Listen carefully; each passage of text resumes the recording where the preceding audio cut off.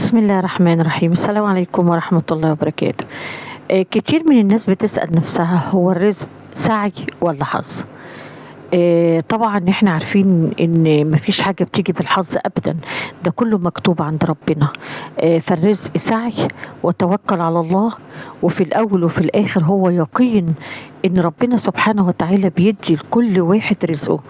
ممكن يديك رزقك في صورة فلوس، ممكن يديك رزقك في صورة صحة، ممكن يديك رزقك في صورة عيال حلوة كويسة راضيين ربهم وراضيينك. ممكن يديك الرزق بتاعك يديهولك سكينة وطمأنينة، ممكن يديهولك في صور كتير. بس هي المشكلة ان احنا مش عارفين نشوف احنا ايه اللي عندنا، من كتر ما احنا شغلين نفسنا بالفلوس ان احنا فاكرين ان الرزق فلوس وبس. اللي انا عايزة اقوله ان احنا نرضى ونقول الحمد لله. انا عارفة ان الرزق ده هو يعني بيترجم عند ناس كتير بالفلوس، عندكم وعندي وعند ناس كتير. بس برضك اللي انا عايزة اقوله ان لازم ان احنا يكون يقيننا بالله وايماننا بالله ان ربنا هيرزقنا باذن الله، وهيدينا الخير كله باذن الله ان شاء الله يا رب.